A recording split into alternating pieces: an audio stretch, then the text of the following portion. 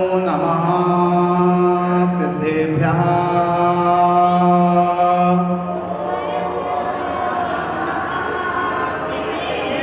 ॐ नमः सिद्धेभ्यः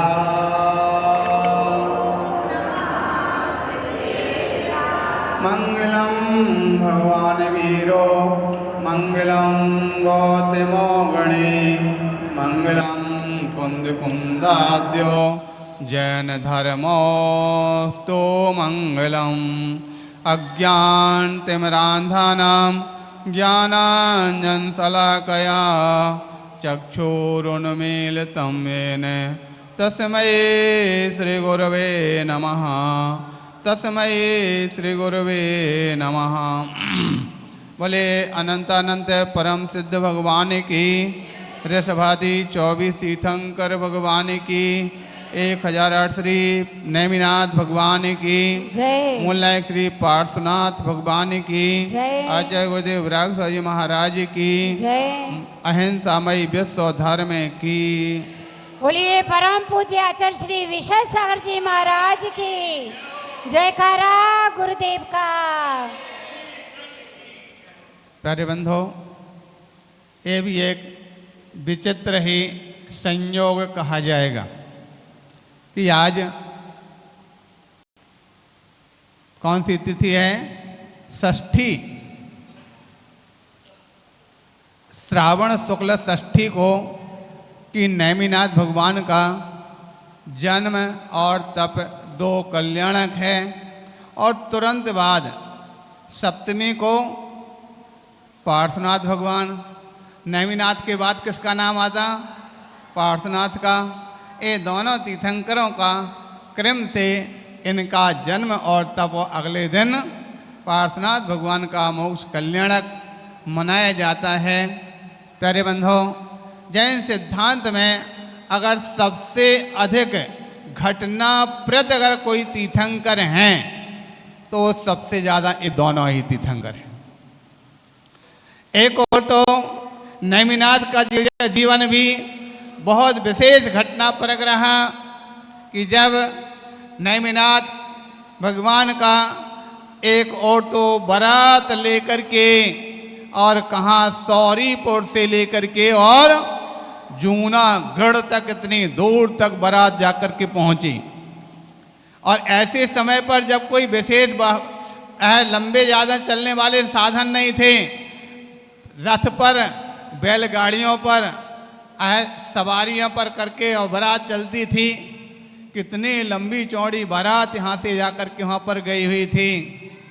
और जैसे यहाँ पर पहुँचते हैं देखा पशुओं को एक बाड़े में बंधा हुआ रमा रहे हैं, बेचारे भूख प्यास थे। उनको देख करके आप पूछा क्या बात है भाई, पशु क्यों बंधे हैं? और समय पर उत्तर मिलता है ये पशु जो राजा लोग नरभक्षी अथवा जो मांस भक्षी जो राजा हैं उनके लिए इन जानवरों का मांस पकाया जाएगा। ऐसा सुनते ही और नेमिनाथ का हृदय द्रवित हो गया। अच्छा, ऐसे भी जीव संसार के अंदर हैं कि जो पशुओं को मार करके और मांस का भक्षण करते हैं। ऐसा संसार है, धिक्कार हो ऐसे संसार को। शायद हमको लगता है पहले कभी नेमिनाथ महाराज ने ये नहीं सुना होगा कि लोग ऐसे भी लोग संसार में हैं जो मांस का सेवन करते होंगे। इस बात को लेकर हमको वो घटना याद आती है। एक बार एक राजा के यहाँ पर जो राजकुमार थे, चाहे हमको लगता है नेमी कुमार को ही मान लें, वो इतने विरक्त रहते थे संसार से कि किसी चीज़ से कोई मतलब नहीं रहता था। जब इतने विरक्त रहते थे, परिवार के लोगों ने उनको रोक रखा, कहीं घर से बाहर नहीं निकलने दे रहे थे। एक बार इत्तेफाक से घर से कहीं जब बाहर निकलते हैं, जाकर के देखते क्या हैं, एक स्थान पर एक वृद्ध व्यक्ति जा रहा था, हाथ में लाठी है, कमर झुकी हुई है, उस वृद्ध व्यक्ति को देख करके कुमार ने पूछा, भाई ये कौन सा जानवर है? समझ में आ रहा कि नहीं? राजकुमार ने पूछा ये कौन सा जानवर है? तो उस समय पर सारथी ने बताया, बोले कुमार इस जानवर नहीं, ये इंसान है। ये इंसान है तो इसके हाथ में लाठी है, ये झुका हुआ है, ये तो जानवर के समान चल रहा है। तब उस समय पर कहा, नहीं कुमार, ये जानवर नहीं, इंसान है। ऐसा क्यों चल रहा? बोले बूढ़ा हो चुका है। बोले अच्छा, तो इंसान बूढ़ा भी होता है? बोले हाँ कुमार, इंसान बूढ़ा भी होता है। बोले अच्छा, तो मैं भी बूढ़ा हो जाऊंगा?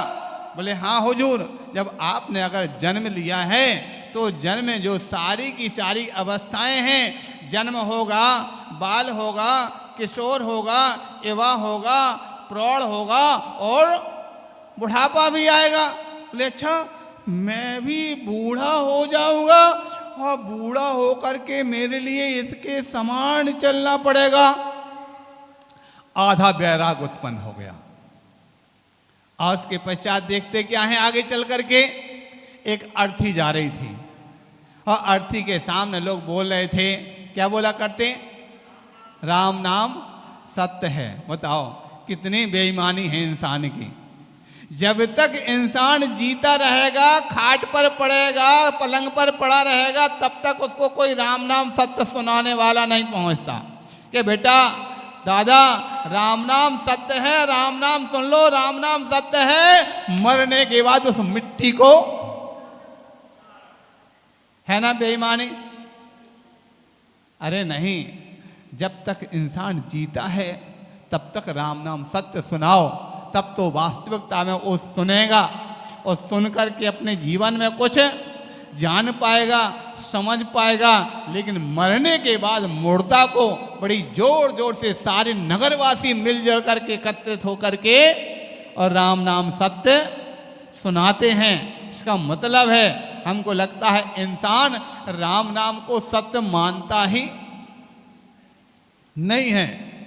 मुर्दा को सुनाया जा रहा है, इसका मतलब राम नाम को सत्य नहीं मानता है, अरहत नाम को सत्य नहीं मानता है, एकमात्र उसको दिखावा करता है, दूसरों को छल में डाल रहा है।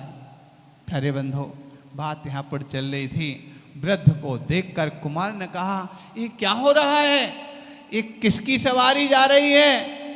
तो उस समय बोला, महाराज सवारी नहीं जा रही, ये इंसान मर गया, उसकी अर्थी जा रही है। तो कुमार बोलता, अच्छा तो इंसान मरता भी है? बोले हाँ कुमार, इंसान मरता भी है। बोले अच्छा, मरने के बाद क्या होता है? मरने के बाद फिर क्या होता? बोले मरने के बाद उसको 2 मन लकड़ियां बुला करके उसमें रख करके और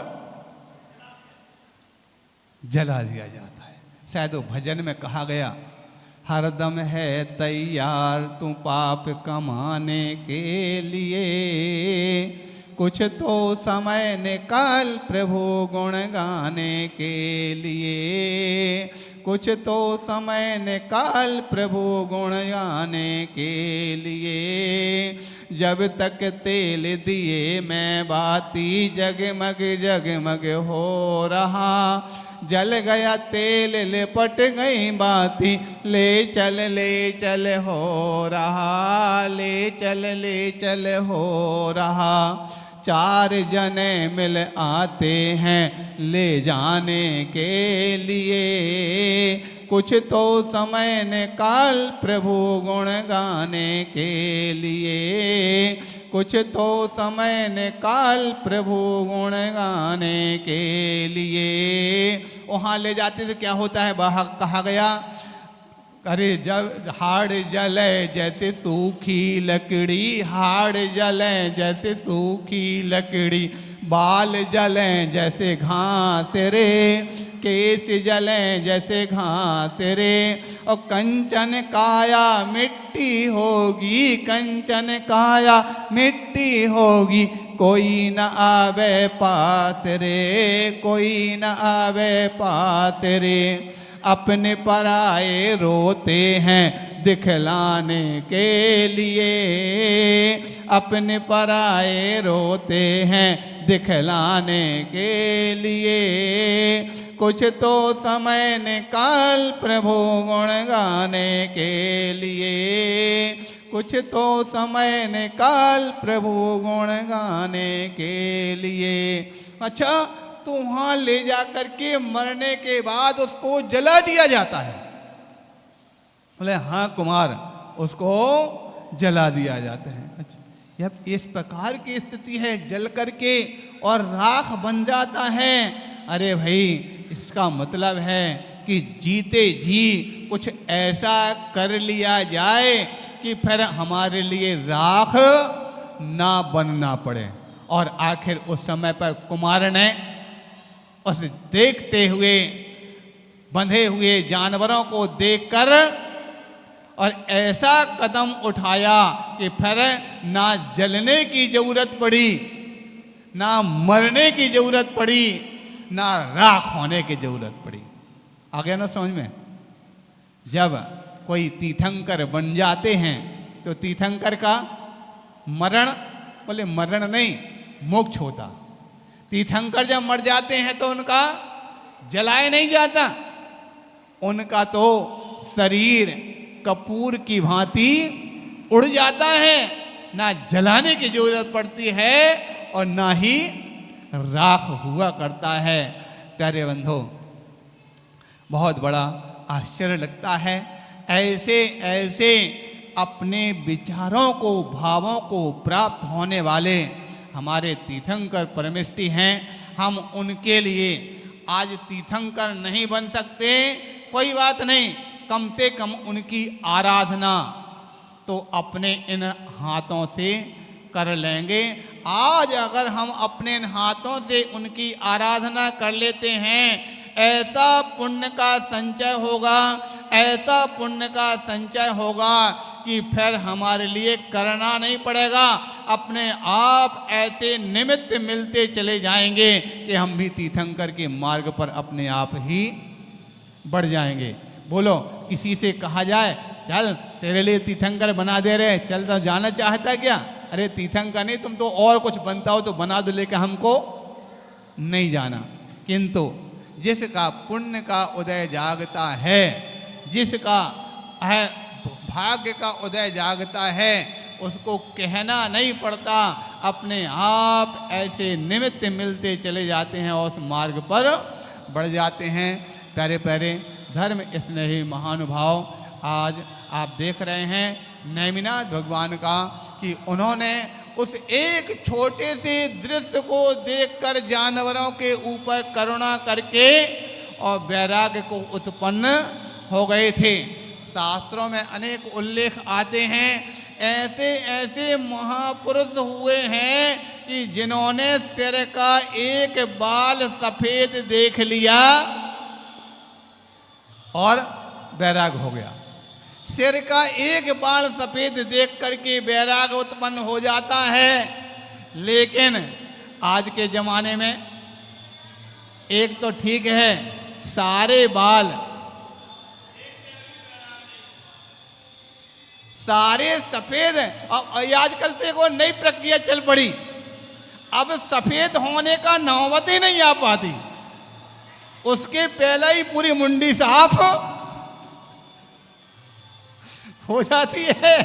लेकिन फिर भी अरे भाई, अगर सफेद हैं या कि काले हैं, कैसे हैं कैसे नहीं हैं, अगर वैराग धारण करेंगे तो किस लंच करना पड़ेगा। ऊपर वाला कहते हैं हम तुम्हारे लिए और सुविधा दे रहे, अब तुम्हें केस लंच भी नहीं करना पड़ेगा, सारे साफ कर दे रहे हैं। अब तो कम से कम दादाजी समझ में आ रहा है कि नहीं, केस लंच भी नहीं करना पड़ेगा, तुम तो सीधे। प्यारे बंधो, आज नैमी कुमार की बारात आप देख रहे हैं आपके सामने। अभी तक तो खाली नैमी कुमार की बात चल रही थी, अब नैमी कुमार और श्री कृष्ण दोनों भ्राता यहाँ पर बन करके उपस्थित हो रहे हैं। नैमी कुमार और श्री कृष्ण आकर के अपने यहाँ पर जिसमें देख रहे हैं श्री कृष्ण ने तो बाराती को लेकर के गए थे, मुखिया बन करके गए थे, सबसे बड़े बन करके गए थे। गार्जियंस बोलते ना, गार्जियंस कौन थे? श्री कृष्ण थे। और कुमार कौन थे? नैमी कुमार थे। तो आप यहाँ पर देख रहे हैं दोनों उपस्थित हो गए हैं, गार्जियन से भी हो गए हैं, श्री कृष्ण भी हो गए हैं और नैमी कुमार जी यहाँ पर आकर के आए हैं। ये आपके सामने ये दृश्य अपने बहुत बड़ी भव्यता के साथ एक स्मृत चिर स्थायी रहेगा, स्मरण रहेगा कि हाँ हमारे बालक जा करके आचार्य विश्वनाथ सागर जी महाराज के सत्संग सानिध्य में ये नैमी कुमार की बारात निकली थी, उसमें यह बालक नैमी कुमार बना था, तो उससे बड़ा भाई श्री कृष्ण बना था। दोनों ही एक नारायण हैं तो एक महानारायण हैं, ठीक है। दोनों बन करके अभी शोभा यात्रा निकलने जा रही है। दोनों एक साथ आकर के, दोनों भाई एक साथ आ जाओ, थोड़ा सा लोग पीछे हो जाओ। दोनों एक साथ आकर के आशीर्वाद प्राप्त कर रहे हैं। चलेंगे। नेमिनाथ की बारात निकलने वाली है। दोनों मिल करके हाँ साथ में आशीर्वाद ले रहे हैं दोनों के लिए एक श्री कृष्ण और दूसरे नैमी कुमार। दोनों देखो कितने बढ़िया श्री कृष्ण अपने आप में, श्री कृष्ण और नैमी कुमार जैसे नैमी कुमार दोनों दिख रहे हैं। दोनों भ्रात बैठ करके जब रथ पर बैठ करके आगे जूनागढ़ की ओर जाके जाएंगे अपने घर में वधू को लाने के लिए, कितनी बड़ी खुशियां होगी। सारा नगर ही नहीं, सारा देश, सारा प्रांत अपने आप में हर्षोल्लास से फूला नहीं समा रहा है। माता जी और पिताजी देखो कितने प्रकार से हमको लगता है उनकी खुशी अपने बाहर निकल रही है, कितने प्रसन्न होकर के दोनों साथ में लेकर के चल रहे हैं। अभी साथ में सभी लोगों ने पूजन यहाँ पर की नैमिनाथ की और अब यहाँ से बारात के लिए यहाँ पर सब लोग यहाँ पर जाएंगे। हमारा सबको आशीर्वाद है। यहाँ कमेटी वाले श्रीफल भेंट करके आगे निवेदन कर रहे हैं।